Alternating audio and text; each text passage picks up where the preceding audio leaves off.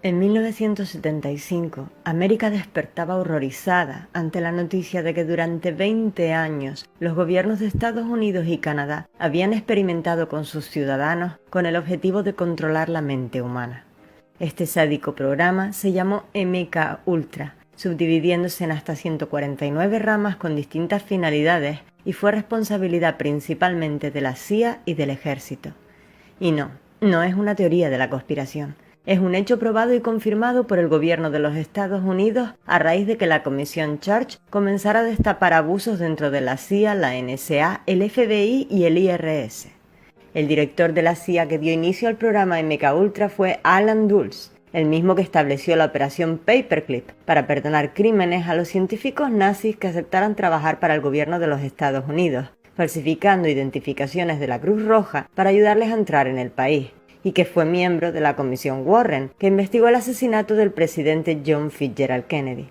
Para que entendáis de verdad lo que la CIA del señor Alan Dulles era capaz, necesito profundizar un poquito más en su historia y la de su hermano John Foster Dulles.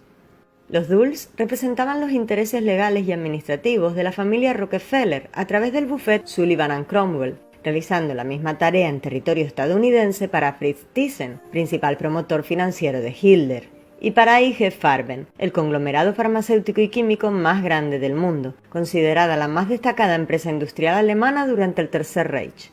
Ahora entenderéis mejor que entre los métodos empleados para manipular la mente de los sujetos sometidos al experimento encontramos el uso de drogas como el LSD, éxtasis, mescalina, barbitúricos, heroína, metanfetamina, hongos y otros químicos con ingredientes como el clorhidrato para provocar efectos sedantes e hipnóticos, además de técnicas como el aislamiento, electroshock, hipnosis, radiación, tortura, abusos sexuales, físicos y verbales, amenazas de muerte o privación sensorial. La mayoría de las víctimas de estos experimentos desconocían totalmente lo que les estaban haciendo. De hecho, durante la investigación oficial, solo pudieron probar que 14 personas tenían conocimiento de lo que se les hacía. Se trataba de voluntarios como Ted Kaczynski, popularmente conocido como una bomber, responsable de atacar con explosivos distintos objetivos que incluyeron universidades y aerolíneas. Es curioso que hablando de experimentos para alterar y controlar la mente humana, tras su detención, un tribunal psiquiátrico le diagnosticó esquizofrenia paranoide. Hasta que se ofreció como cobaya para la CIA, una bomber se había graduado en Harvard, doctorándose posteriormente en matemáticas, con una tesis final de una complejidad tal que, según un miembro de la comisión, apenas 12 personas de todo el país eran capaces de entenderla. Y es que he de aclarar que ser voluntario tampoco implicaba tener conocimiento real del experimento. Lloyd Gamble, oficial del Ejército del Aire, se prestó para probar máscaras y vestimenta de protección frente a posibles ataques químicos, para posteriormente descubrir que había sido uno de los 740 soldados en quienes experimentaron con LSD, habiendo sufrido pérdidas de conocimiento, depresión, ansiedad y ataques de ira hasta que intentó suicidarse, perdiendo su acreditación de alto nivel y finalmente siendo forzado a una jubilación anticipada. Tan solo se conservan unos 16.000 documentos acerca del programa MKUltra, después de que en el 73 se dieran órdenes de destruir todo lo relativo a dicho experimento. En 2001 y en 2018 se publicaron nuevas partes que aún no habían sido desclasificadas. Entre ellas se encontraron archivos que hablaban de haber introducido implantes en el cerebro de 6 perros que actuaban a merced del investigador mediante el uso de un control remoto, así como de haber inducido trastorno de identidad disociativo, antes llamado trastorno de personalidad múltiple, en 2 jóvenes de 19 años. Y ha sido necesario que os cuente todo esto, que son hechos probados, para poder entrar en lo que son los testimonios de personas que aseguran que fueron víctimas del programa MKUltra, diferenciándose de los sujetos habituales en una cosa: eran niños. Esto es algo complejo de explicar, y lo haré lo mejor que pueda. Acabo de decir que entre los pocos documentos que se conservan del programa MKUltra se prueba que se provocó un trastorno de identidad disociativo o de personalidad múltiple a 2 jóvenes. En la infancia, antes de que se establezcan las conexiones entre los pensamientos, sentimientos e intuiciones, nuestro cerebro es como un ordenador con distintas carpetas. Si habéis visto la película del revés, creo que entenderéis mejor a qué me refiero. Un niño no sabe qué es un humano. Un niño no entiende el concepto del yo a pesar de ser egoísta. Su forma de actuar es una cuestión de supervivencia, no de comprensión de sí mismo o del entorno que le rodea. Por tanto, toda la información queda almacenada en su interior por separado, hasta que entre los 6 y los 8 años, esas carpetas comienzan a compartir información para finalmente trabajar juntas. Como os decía, en la película Del revés, la mente de la pequeña Riley tiene bien diferenciadas 5 carpetas: alegría, tristeza, ira, miedo y rechazo. Al experimentar una situación de cambio que altera su rutina, alegría y tristeza pierden su capacidad de interactuar con Riley, mientras la ira toma el control. Finalmente, todos aprenden que se necesitan entre ellos para conformar la identidad de Riley. Pero ¿qué pasa si no hay un final feliz? ¿Qué ocurre cuando un niño se enfrenta no a un cambio que le descoloca, sino a una situación horrible que se repite en el tiempo con mucha frecuencia? ¿Cómo maneja una mente aún dividida los actos sádicos de las figuras adultas de las que depende para sobrevivir?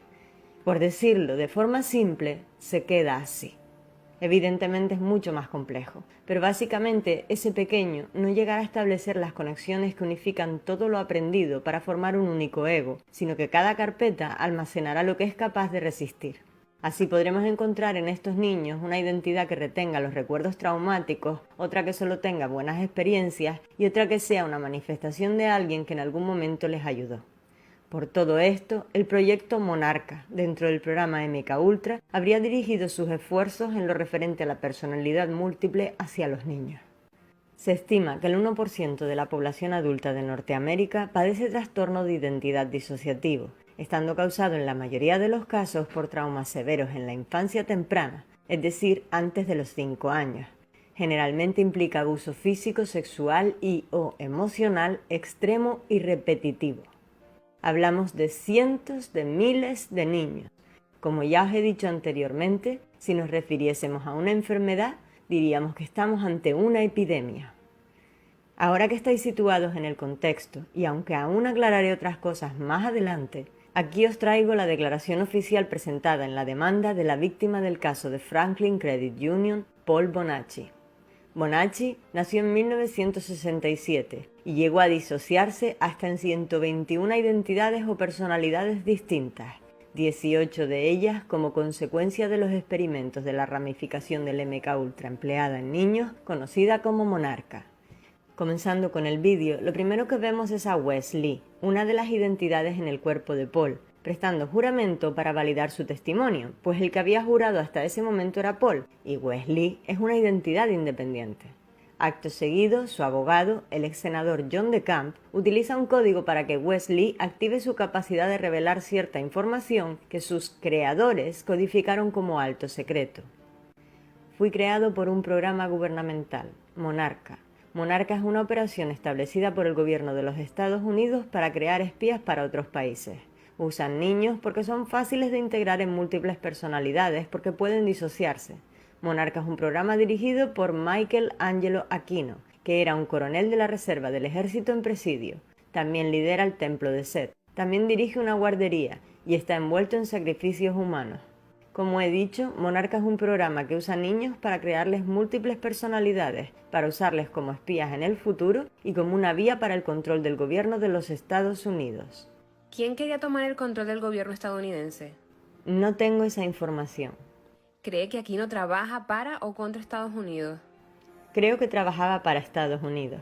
El plan que Aquino tenía quería traer al anticristo, del cual se habla en la Biblia. ¿Hablamos de un programa patrocinado por el gobierno? Sí. ¿Cuál cree que es la razón para que Monarca quisiera niños con trastornos disociativos o trastornos de personalidad múltiple? Porque si en el futuro alguien era capturado, la personalidad o la persona que fuera capturada cambiaría a una personalidad que no manejaría información útil. Otras personalidades aparecerían, haciendo parecer que la persona alucinaba o que estaba loca.